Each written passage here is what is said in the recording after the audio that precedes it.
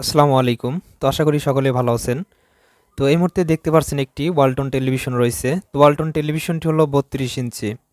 তো এই টেলিভিশনের আমরা আজকে ফ্যাক্টরি রিমোট ওপেন করব। তো টেলিভিশনের রিমোটটি দেখতে পাচ্ছেন আমার হাতে।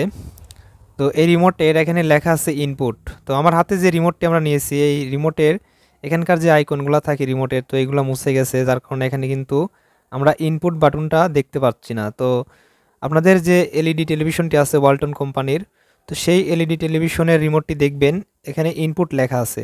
তো ইনপুট বাটনে প্রেস করতে হবে। তো আমরা এখান থেকে সরাসরি ইনপুট বাটনে প্রেস করলাম। তো ইনপুট বাটনে প্রেস করার পরে এরকম কিছু লোগো আসবে, যেমন টিভি, ভিজিএ এবং এইচডিএমআই এবং পিন ড্রাইভ মোডের বেশগুলো অপশন আপনারা পেয়ে যাবেন। তো ওখান থেকে আপনাদের একটি পিনকোড চাপতে হবে।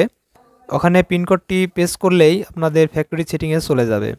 তো অনেক এলইডি টেলিভিশনগুলো আছে, যেমন মেনু বাটন প্রেস করে কিন্তু ফ্যাক্টরি মোডে ঢুকতে হয়। তো এই যে ওয়ালটন টেলিভিশনটি এখানে দেখতে পাচ্ছেন, তো এই ওয়ালটন টেলিভিশনটা এর ওল্ড মডেল না, এটা হলো নিউ ভার্সন, যার কারণে এখানে কিন্তু ইনপুট বাটন প্রেস করে ঢুকতে হয়।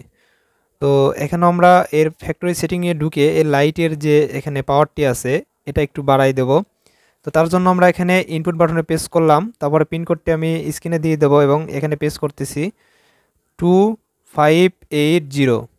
2580 প্রেস করার পর এখানে কিন্তু এই যে দেখতে পাচ্ছেন প্যানেল সেটিং এবং এর উপরে লেখা আছে ফ্যাক্টরি সেটিং। ফ্যাক্টরি সেটিংটি কিন্তু ওপেন হয়ে গেছে। তো এখন আমরা চাইলে এখান থেকে বেশ কিছু ফিউচারের কাজগুলো করতে পারবো, প্যানেল, পিকচার, সাউন্ড এবং যাবতীয় কিন্তু এখানে সব কিছু লেখা আছে। যেহেতু আমরা এখান থেকে প্যানেলের যে বাইটটা আছে ওটা একটু বাড়াই দেবো, যার কারণে এখান থেকে আমরা প্যানেল সেটিংয়ে চলে যাব। তো প্যানেল সেটিংয়ে প্রেস করলাম আমরা। প্রেস করার পর এখানে দেখতে পাচ্ছেন নিচে লেখা আছে বাইট, আর এখানে কিন্তু 25 করা আছে। তো এই 25টাকে আমরা একটু বাড়াই দিয়ে এখানে 30 করে নেব, কারণ স্ক্রিনে আমরা লাইটটা একটু কম দেখতে পাচ্ছি। আর এই টেলিভিশনের আমরা স্টিক লাইটটা রিপেয়ার করলাম, রিপেয়ার করে ওই লাইটটা আবার সেটিং করেছি, যার কারণে এখানে আমরা একটু এই বাইটটা একটু কমাই দিছিলাম, একটু বাড়াই দেব, কারণ এই লাইটটা যাতে না নষ্ট হয়। অনেক ক্ষেত্রে দেখা যায় যে এলইডি টেলিভিশনের স্টিক লাইটগুলো বাজারে সেম মানের কিনতে পাওয়া যায় না, যার কারণে আমরা এই লাইটগুলো রিপেয়ার করে দেই, আর সেগুলো কিন্তু অনেক দিন লাস্টিং করে।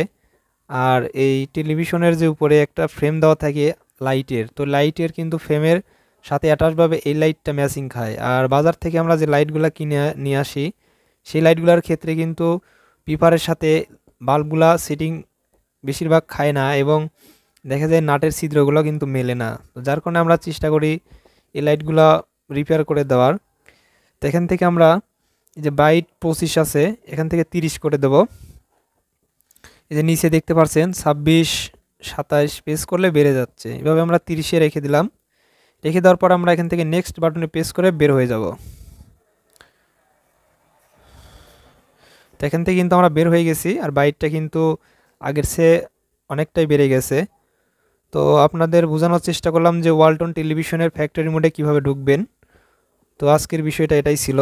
তো আশা করি বুঝতে পেরেছেন। তো বন্ধুরা, ভিডিওটি যদি ভালো লাগে অবশ্যই একটি লাইক দিবেন এবং আমাদের চ্যানেলের নতুন দর্শক হয়ে থাকলে চ্যানেলটি সাবস্ক্রাইব করবেন।